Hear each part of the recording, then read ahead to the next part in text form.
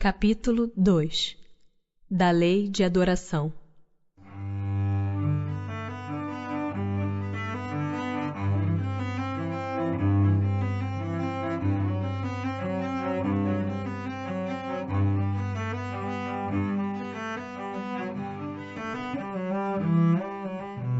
Objetivo da adoração.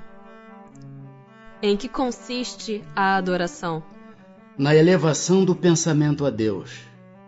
Deste, pela adoração, aproxima o homem sua alma. Origina-se de um sentimento inato a adoração ou é fruto de ensino? Sentimento inato como o da existência de Deus. A consciência da sua fraqueza leva o homem a curvar-se diante daquele que o pode proteger. Terá havido povos destituídos de todo sentimento de adoração? Não, que nunca houve povos de ateus. Todos compreendem que, acima de tudo, há um ente supremo. Poder-se-á considerar a lei natural como fonte originária da adoração? A adoração está na lei natural, pois resulta de um sentimento inato no homem. Por essa razão é que existe entre todos os povos, se bem que sob formas diferentes. Adoração exterior. Precisa de manifestações exteriores a adoração? A adoração verdadeira é do coração. Em todas as vossas ações, lembrai-vos sempre de que o Senhor tem sobre vós o seu olhar. Será útil a adoração exterior? Sim, se não consistir num vão simulacro. É sempre útil dar um bom exemplo, mas os que somente por afetação e amor próprio o fazem, desmentindo com o proceder a aparente piedade, mau exemplo dão e não imaginam o mal que causam. Tem Deus preferência pelos que o adoram desta ou daquela maneira? Deus prefere os que o adoram do fundo do coração, com sinceridade, fazendo o bem e evitando o mal, aos que julgam honrá-lo com cerimônias que os não tornam melhores para com os seus semelhantes. Todos os homens são irmãos e filhos de Deus. Ele atrai a si todos os que lhe obedecem às leis, qualquer que seja a forma sob que as exprimam. É hipócrita aquele cuja piedade se cifra nos atos exteriores. Mau exemplo dá todo aquele cuja adoração é afetada e contradiz o seu procedimento. Declaro-vos que somente nos lábios e não na alma tem religião aquele que professa adorar o Cristo, mas que é orgulhoso, invejoso e cioso, duro e implacável para com outrem, ou ambicioso dos bens deste mundo. Deus que tudo vê dirá: o que conhece a verdade é 100 vezes mais culpado do mal que faz do que o selvagem e ignorante que vive no deserto. E como tal, será tratado no dia da justiça. Se um cego ao passar vos derruba, perdoá-lo-eis. Se for um homem que enxerga perfeitamente bem, queixar-vos-eis, e com razão. Não pergunteis, pois, se alguma forma de adoração a que mais convenha, porque equivaleria a perguntardes se mais agrada a Deus ser adorado num idioma do que noutro. Ainda uma vez vos digo, até ele não chegam os cânticos, senão quando passam pela porta do coração. Merece censura aquele que pratica uma religião em que não crê do fundo d'alma, fazendo-o apenas pelo respeito humano e para não escandalizar os que pensam de modo diverso? Nisto, como em muitas outras coisas, a intenção constitui a regra. Não procede mal aquele que, assim fazendo, só tenha em vista respeitar as crenças de outrem. Procede melhor do que um que as ridicularize, porque então falta a caridade. Aquele, porém, que a pratique por interesse e por ambição, se torna desprezível aos olhos de Deus e dos homens. A Deus não podem agradar os que fingem humilhar-se diante dele, tão somente para granjear o aplauso dos homens. A adoração individual será preferível à adoração em comum?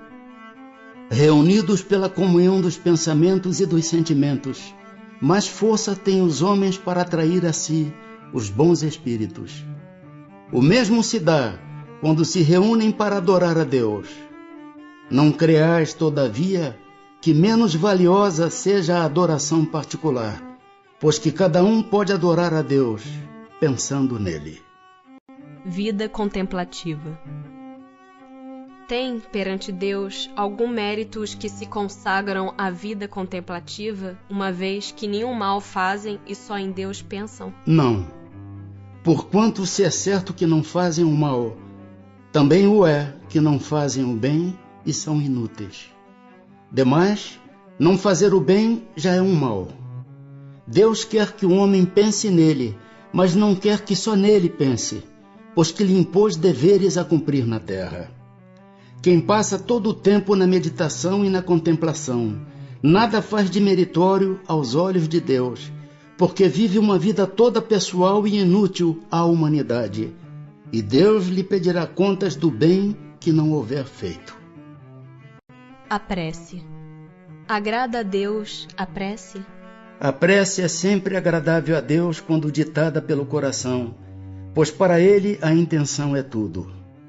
Assim, preferível lhe é a prece do íntimo à prece lida, por muito bela que seja, se for lida mais com os lábios do que com o coração. Agrada-lhe a prece quando dita com fé, com fervor e sinceridade. Mas não creas que o toque a prece do homem fútil, orgulhoso e egoísta, a menos que signifique de sua parte um ato de sincero arrependimento e de verdadeira humildade. Qual o caráter geral da prece? A prece é um ato de adoração. Orar a Deus é pensar nele, é aproximar-se dele, é pôr-se em comunicação com ele. Há 3 coisas podemos propor-nos por meio da prece: louvar, pedir, agradecer. A prece torna melhor o homem?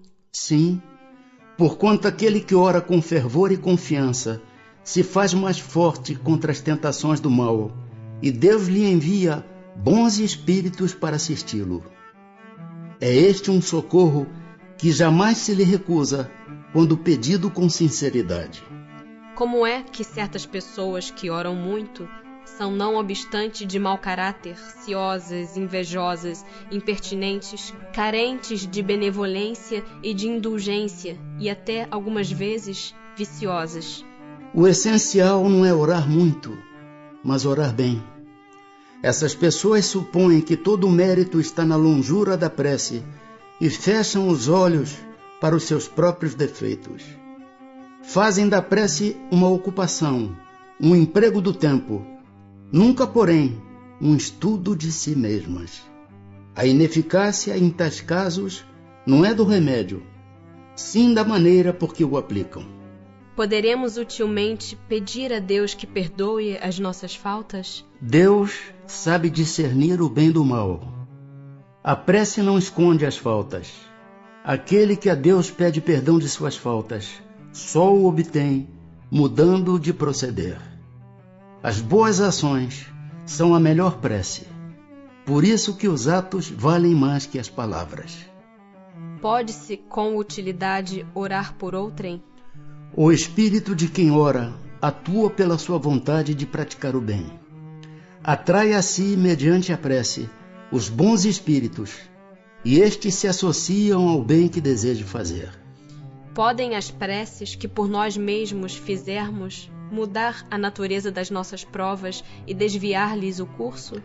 As vossas provas estão nas mãos de Deus, e algumas há que têm de ser suportadas até o fim. Mas Deus sempre leva em conta a resignação. A prece traz para junto de vós os bons espíritos, e dando-vos estes a força de suportá-las corajosamente, menos rudes elas vos parecem.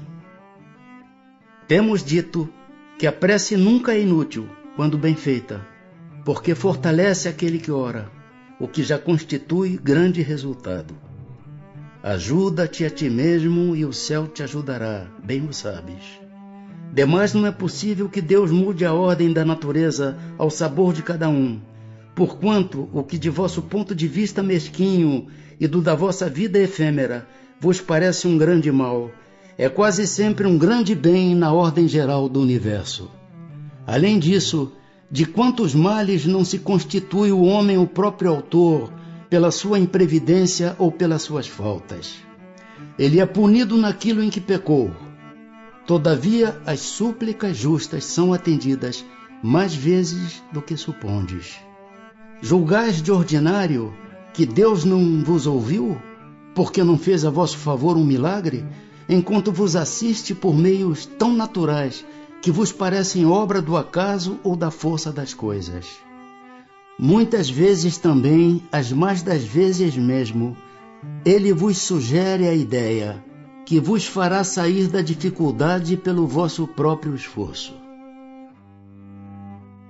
Será útil que oremos pelos mortos e pelos espíritos sofredores? E neste caso, como lhes podem as nossas preces proporcionar alívio e abreviar os sofrimentos? Têm elas o poder de abrandar a justiça de Deus? A prece não pode ter por efeito mudar os desígnios de Deus, mas a alma por quem se ora experimenta alívio, porque recebe assim um testemunho do interesse que inspira àquele que por ela pede, e também porque o desgraçado sente sempre um refrigério quando encontra almas caridosas que se compadecem de suas dores. Por outro lado, mediante a prece, aquele que ora concita o desgraçado ao arrependimento e ao desejo de fazer o que é necessário para ser feliz. Neste sentido, é que se lhe pode abreviar a pena, se por sua parte ele secunda a prece com a boa vontade. O desejo de melhorar-se, despertado pela prece, atrai para junto do espírito sofredor espíritos melhores, que o vão esclarecer, consolar e dar-lhe esperanças.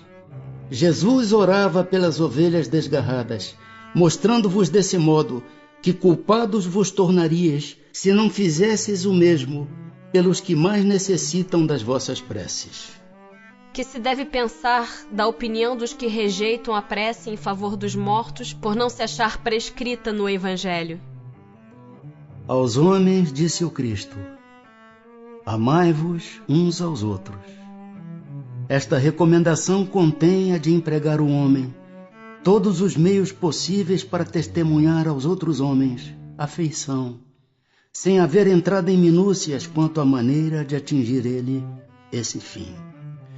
Se é certo que nada pode fazer que o Criador, imagem da justiça perfeita, deixe de aplicá-la a todas as ações do Espírito, não menos certo é que a prece que lhe dirigis, por aquele que vos inspira afeição, constitui para este um testemunho de que dele vos lembrais, testemunho que forçosamente contribuirá para lhe suavizar os sofrimentos e consolá-lo, desde que ele manifeste o mais ligeiro arrependimento, mas só então é socorrido. Nunca, porém, será deixado na ignorância de que uma alma simpática com ele se ocupou. Ao contrário, será deixado na doce crença de que a intercessão dessa alma lhe foi útil. Daí resulta necessariamente de sua parte um sentimento de gratidão e afeto pelo que lhe deu essa prova de amizade ou de piedade. Em consequência, crescerá num e noutro, reciprocamente, o amor que o Cristo recomendava aos homens. Ambos, pois, se fizeram assim, obedientes à lei de amor e de união de todos os seres, lei divina de que resultará a unidade, objetivo e finalidade do Espírito. Resposta dada pelo Sr. Monod, espírito, pastor protestante em Paris, morto em abril de 1856. A resposta anterior é do Espírito São Luís. Pode-se orar aos espíritos? Pode-se orar aos bons espíritos, como sendo os mensageiros de Deus e os executores de suas vontades. O poder deles, porém, está em relação com a elevação que tenham alcançado e dimana sempre do Senhor de todas as coisas, sem cuja permissão nada se faz. Eis porque as preces que se lhes dirigem só são eficazes se bem aceitas por Deus. Politeísmo. Por que razão, não obstante ser falsa, a crença politeísta é uma das mais antigas e espalhadas? A concepção de um Deus único não poderia existir no homem, senão como resultado do desenvolvimento de suas ideias. Incapaz pela sua ignorância de conceber um ser imaterial, sem forma determinada, atuando sobre a matéria, conferiu-lhe o homem atributos da natureza corpórea, isto é, uma forma e um aspecto. E desde então, tudo o que parecia ultrapassar os limites da inteligência comum era para ele uma divindade. Tudo o que não compreendia devia ser obra de uma potência sobrenatural. Daí a crer em tantas potências distintas quanto os efeitos que observava. Não havia mais que um passo. Em todos os tempos, porém, houve homens instruídos que compreenderam ser impossível a existência desses poderes múltiplos a governarem o mundo sem uma direção superior, e que, em consequência, se elevaram à concepção de um Deus único. Tendo-se produzido em todos os tempos e sendo conhecidos desde as primeiras idades do mundo, não haverão os fenômenos espíritas contribuído para a difusão da crença na pluralidade dos deuses? Sem dúvida, porquanto, chamando Deus a tudo o que era sobre-humano, os homens tinham por deuses os espíritos. Daí veio que quando um homem, pelas suas ações, pelo seu gênio, ou por um poder oculto que o vulgo não lograva compreender, se distinguia dos demais, faziam dele um Deus, e por sua morte lhe rendiam culto. Sacrifícios. Remonta à mais alta antiguidade o uso dos sacrifícios humanos. Como se explica que o homem tenha sido levado a crer que tais coisas pudessem agradar a Deus? Primeiramente porque não compreendia Deus como sendo a fonte da bondade. Nos povos primitivos, a matéria sobrepuja o espírito. Eles se entregam aos instintos do animal selvagem. Por isso é que, em geral, são cruéis. É que neles o senso moral ainda não se acha desenvolvido. Em segundo lugar, é natural que os homens primitivos acreditassem ter uma criatura animada muito mais valor aos olhos de Deus do que um corpo material. Foi isto que os levou a imolarem primeiro animais e mais tarde homens. De conformidade com a falsa crença que possuíam, pensavam que o valor do sacrifício era proporcional à importância da vítima.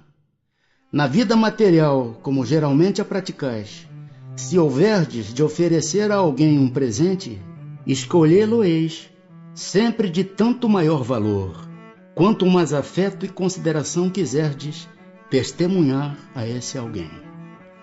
Assim tinha que ser, com relação a Deus, entre homens ignorantes.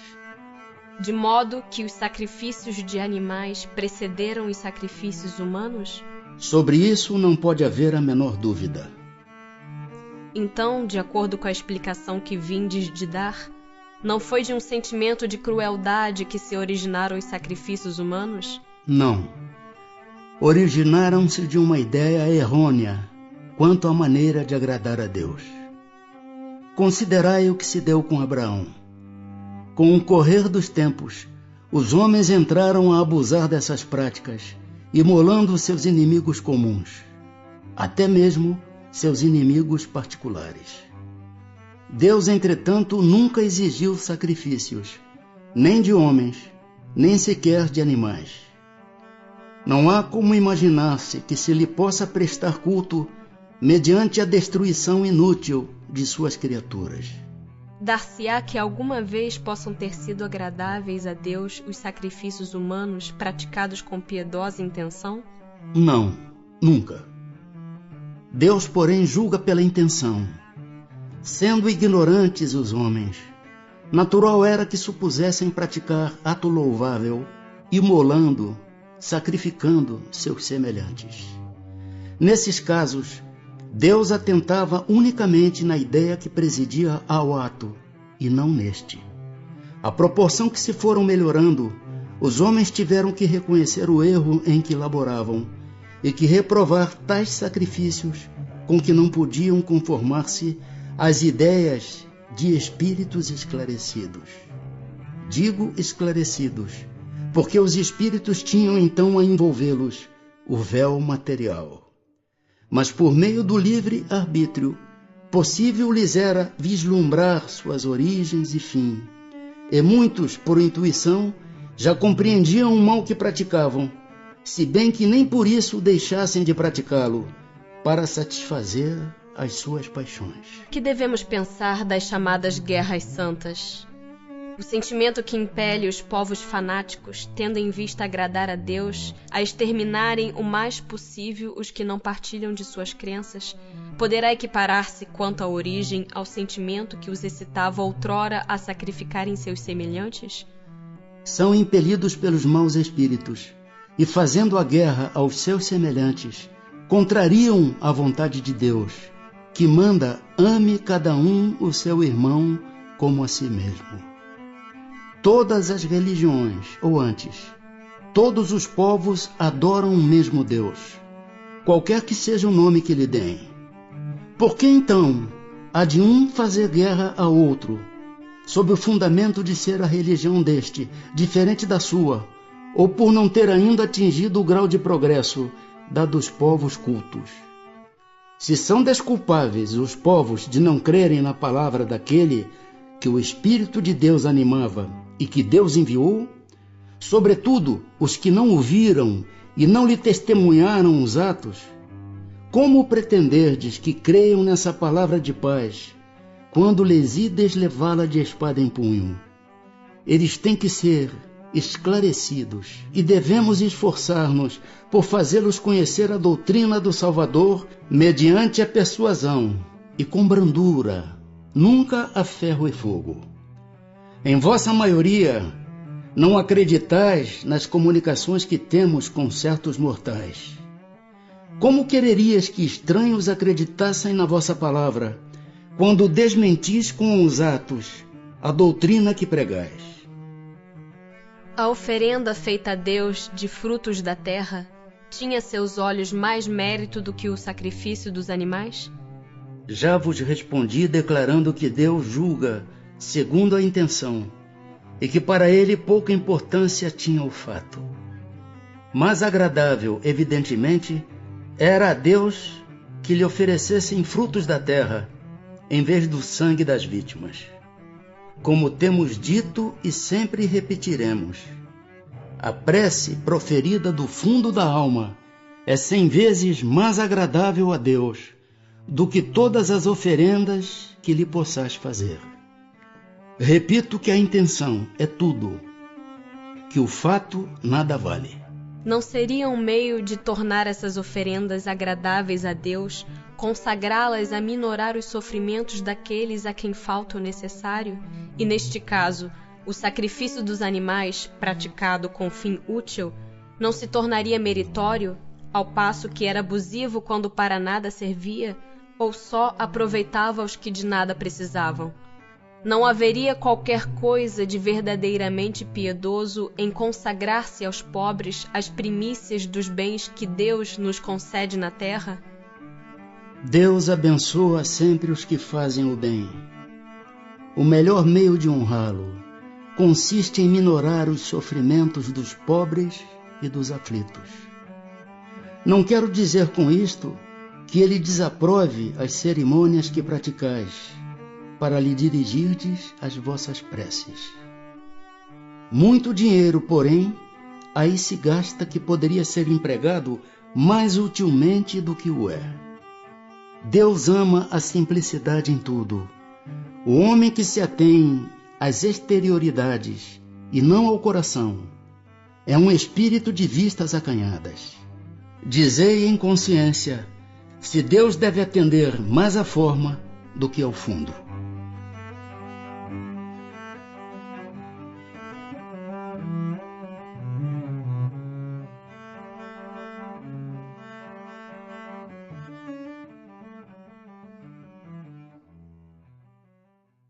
Capítulo 3 da Lei do Trabalho.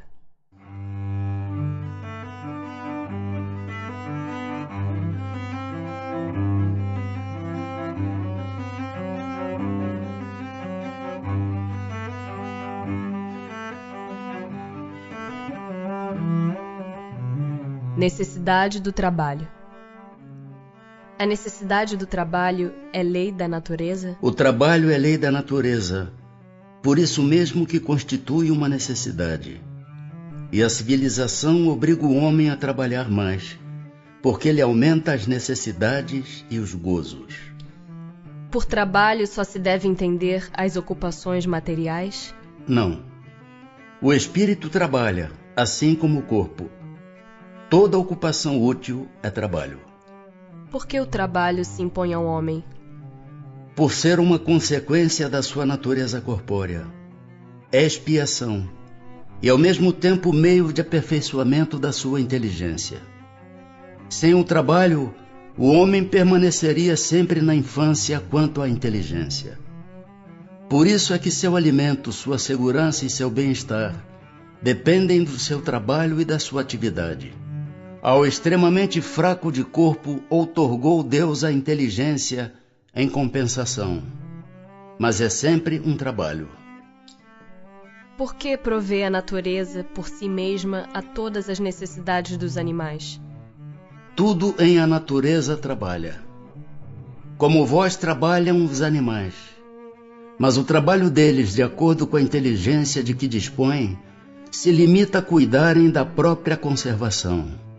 Daí vem que do trabalho não lhes resulta progresso, ao passo que o do homem visa duplo fim: a conservação do corpo e o desenvolvimento da faculdade de pensar, o que também é uma necessidade e o eleva acima de si mesmo. Quando digo que o trabalho dos animais se objetiva no cuidarem da própria conservação, refiro-me ao objetivo com que trabalham.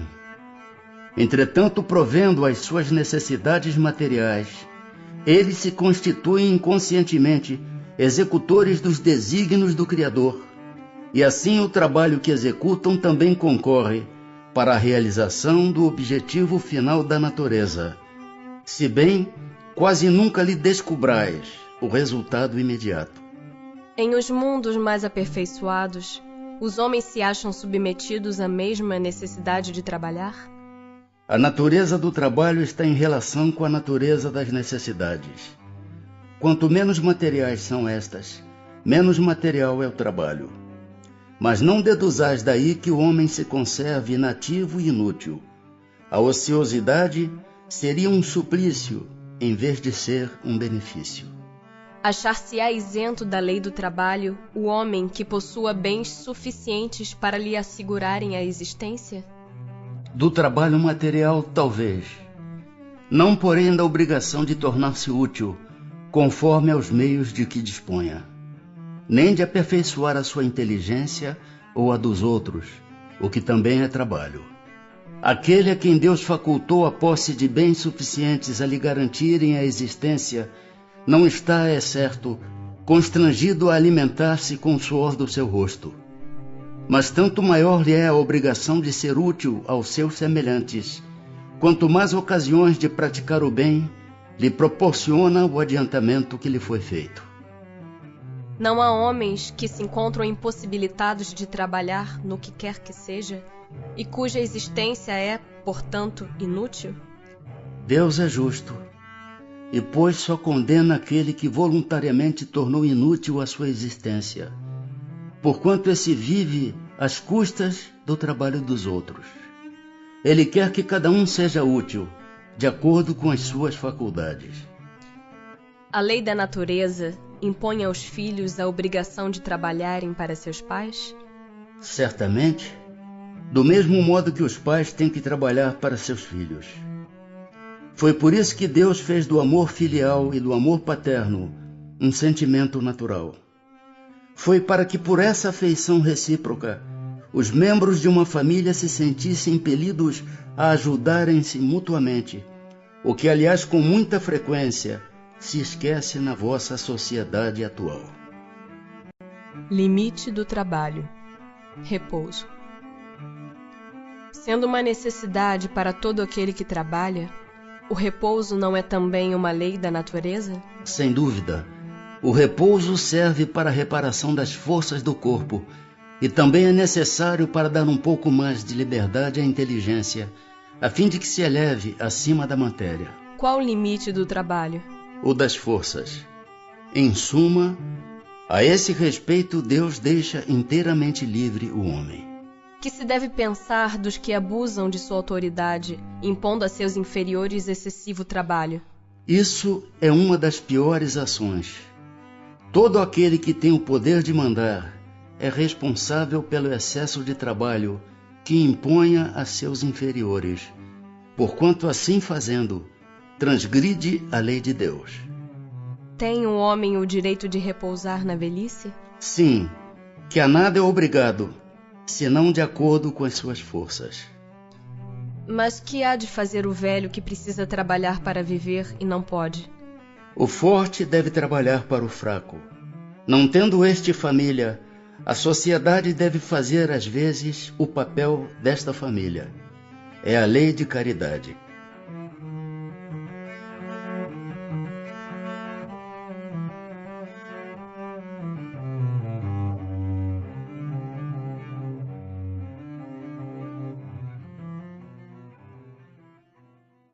Capítulo 4 da Lei de Reprodução.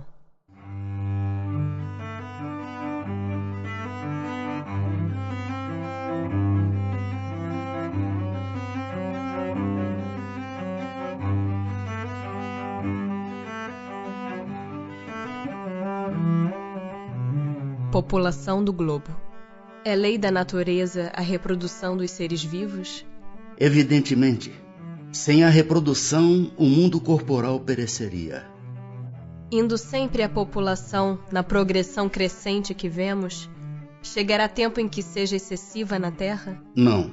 Deus a isso provê e mantém sempre o equilíbrio. Ele coisa alguma inútil faz. O homem que apenas vê um canto do quadro da natureza não pode julgar da harmonia do conjunto. Sucessão e aperfeiçoamento das raças. Há, neste momento, raças humanas que evidentemente decrescem. Virá momento em que terão desaparecido da Terra? Assim acontecerá de fato. É que outras lhes terão tomado lugar, como outras um dia tomarão o da vossa. Os homens atuais formam uma criação nova ou são descendentes aperfeiçoados dos seres primitivos?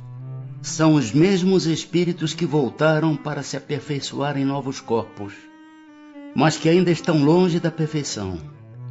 Assim, a atual raça humana, que pelo seu crescimento tende a invadir toda a Terra e a substituir as raças que se extinguem, terá sua fase de decrescimento e de desaparição. Irão substituí-la outras raças mais aperfeiçoadas, que descenderão da atual, como os homens civilizados de hoje descendem dos seres brutos e selvagens dos tempos primitivos. Do ponto de vista físico, são de criação especial os corpos da raça atual? Ou procedem dos corpos primitivos mediante reprodução? A origem das raças se perde na noite dos tempos. Mas como pertencem todas à grande família humana, qualquer que tenha sido o tronco de cada uma, elas puderam aliar-se entre si e produzir tipos novos. Qual, do ponto de vista físico, o caráter distintivo e dominante das raças primitivas? Desenvolvimento da força bruta à custa da força intelectual. Agora dá-se o contrário. O homem faz mais pela inteligência do que pela força do corpo. Todavia faz 100 vezes mais, porque soube tirar proveito das forças da natureza, o que não conseguem os animais. Será contrário à lei da natureza o aperfeiçoamento das raças animais e vegetais pela ciência? Seria mais conforme a essa lei deixar que as coisas seguissem seu curso normal? Tudo se deve fazer para chegar à perfeição. E o próprio homem é um instrumento de que Deus se serve para atingir seus fins. Sendo a perfeição a meta para que tende a natureza, favorecer essa perfeição é corresponder às vistas de Deus. Mas geralmente, os esforços que o homem emprega para conseguir a melhoria das raças nascem de um sentimento pessoal e não objetivam senão o acréscimo de seus gozos. Isto não lhe diminui o mérito? Que importa seja nulo o seu merecimento, desde que o progresso se realize. Cabe-lhe tornar meritório, pela intenção, o seu trabalho. Demais, mediante esse trabalho, ele exercita e desenvolve a inteligência, e sob este aspecto é que maior proveito tira. Obstáculos à reprodução. São contrários à lei da natureza as leis e os costumes humanos que têm por fim ou por efeito criar obstáculos à reprodução? Tudo o que embaraça a natureza em sua marcha é contrário à lei geral. Entretanto, há espécies de seres vivos, animais e plantas, cuja reprodução indefinida seria nociva a outras espécies e das quais o próprio homem acabaria por ser vítima. Pratica ele ato repreensível impedindo essa reprodução? Deus concedeu ao homem, sobre todos os seres vivos, um poder de que ele deve usar sem abusar. Pode, pois, regular a reprodução de acordo com as necessidades. Não deve opor-se-lhe sem necessidade. A ação inteligente do homem é um contrapeso que Deus dispôs para restabelecer o equilíbrio entre as forças da natureza. E é ainda isso que o distingue dos animais, porque ele trabalha com conhecimento de causa. Mas os mesmos animais também concorrem para a existência desse equilíbrio, porquanto o instinto de destruição que lhes foi dado faz com que, provendo à própria conservação, impedem ao desenvolvimento excessivo, talvez perigoso, das espécies animais e vegetais de que se alimentam. Que se deve pensar dos usos cujo efeito consiste em obstar a reprodução para a satisfação da sensualidade. Isso prova a predominância do corpo sobre a alma, e quanto o homem é material. Casamento e celibato. Será contrário à lei da natureza o casamento? Isto é, a união permanente de dois seres? É um progresso na marcha da humanidade. Que efeito teria sobre a sociedade humana a abolição do casamento? Seria uma regressão à vida dos animais. Está na lei da natureza ou somente na lei humana a indissolubilidade absoluta do casamento? É uma lei humana muito contrária à da natureza. Mas os homens podem modificar suas leis. Só as da natureza são imutáveis. O celibato voluntário representa um estado de perfeição meritório aos olhos de Deus? Não, e os que assim vivem por egoísmo desagradam a Deus e enganam o mundo. Da parte de certas pessoas, o celibato não será um sacrifício que fazem com o fim de se votarem de modo mais completo ao serviço da humanidade? Isso é muito diferente. Eu disse por egoísmo. Todo sacrifício pessoal é meritório quando feito para o bem. Quanto maior o sacrifício, tanto maior o mérito. Poligamia. A igualdade numérica, que mais ou menos existe entre os sexos, constitui indício da proporção em que devam unir-se? Sim, porquanto tudo em a natureza tem um fim. Qual das duas, a poligamia ou a monogamia, é mais conforme a lei da natureza? A poligamia é lei humana, cuja abolição marca um progresso social. O casamento, segundo as vistas de Deus, tem que se fundar na afeição dos seres que se unem. Na poligamia não há afeição real, há apenas sensualidade.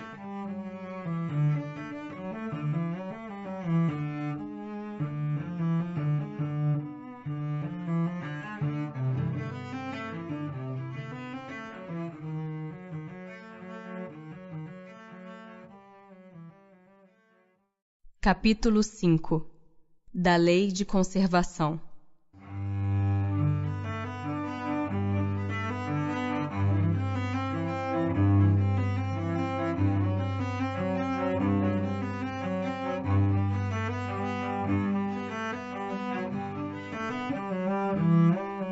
Instinto de conservação.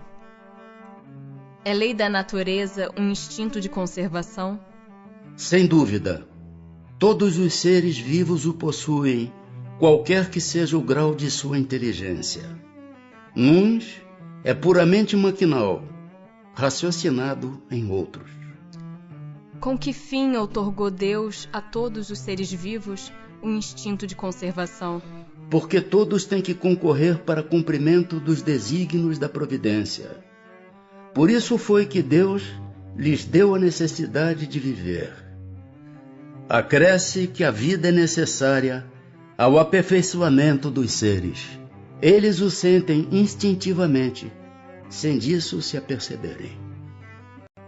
Meios de conservação. Tendo dado ao homem a necessidade de viver, Deus lhe facultou em todos os tempos os meios de o conseguir? Certo. E se ele os não encontra, é que não os compreende. Não fora possível que Deus criasse para o homem a necessidade de viver, sem lhe dar os meios de consegui-lo. Essa a razão por que faz que a terra produza de modo a proporcionar o necessário aos que a habitam, visto que só o necessário é útil. O supérfluo nunca o é. Por que nem sempre a terra produz bastante para fornecer ao homem o necessário? É que ingrato, o homem a despreza. Ela, no entanto, é excelente mãe. Muitas vezes também ele acusa a natureza, do que só é resultado da sua imperícia ou da sua imprevidência. A terra produziria sempre o necessário, se com o necessário soubesse o homem contentar-se. Se o que ela produz não lhe basta a todas as necessidades, é que ele emprega no supérfluo o que poderia ser aplicado no necessário. Olha o árabe no deserto. Acha sempre de que viver, porque não cria para si necessidades factícias. Desde que haja desperdiçado a metade dos produtos em satisfazer a fantasias, que motivos tem o homem para se espantar de nada encontrar no dia seguinte e para se queixar de estar desprovido de tudo quando chegam os dias de penúria? Em verdade vos digo, imprevidente não é a natureza, é o homem que não sabe regrar o seu viver. Por bens da terra, unicamente se devem entender os produtos do solo? O solo é a fonte principal, donde nascem todos os outros recursos, pois que, em definitivo, estes recursos são simples transformações dos produtos do solo. Por bens da terra, se deve, pois, entender tudo de que o homem pode gozar neste mundo. É frequente a certos indivíduos faltarem os meios de subsistência, ainda quando os cerca a abundância. A que se deve atribuir isso? Ao egoísmo dos homens que nem sempre fazem o que lhes cumpre. Depois, e as mais das vezes, devem-no a si mesmos. Buscai e achareis.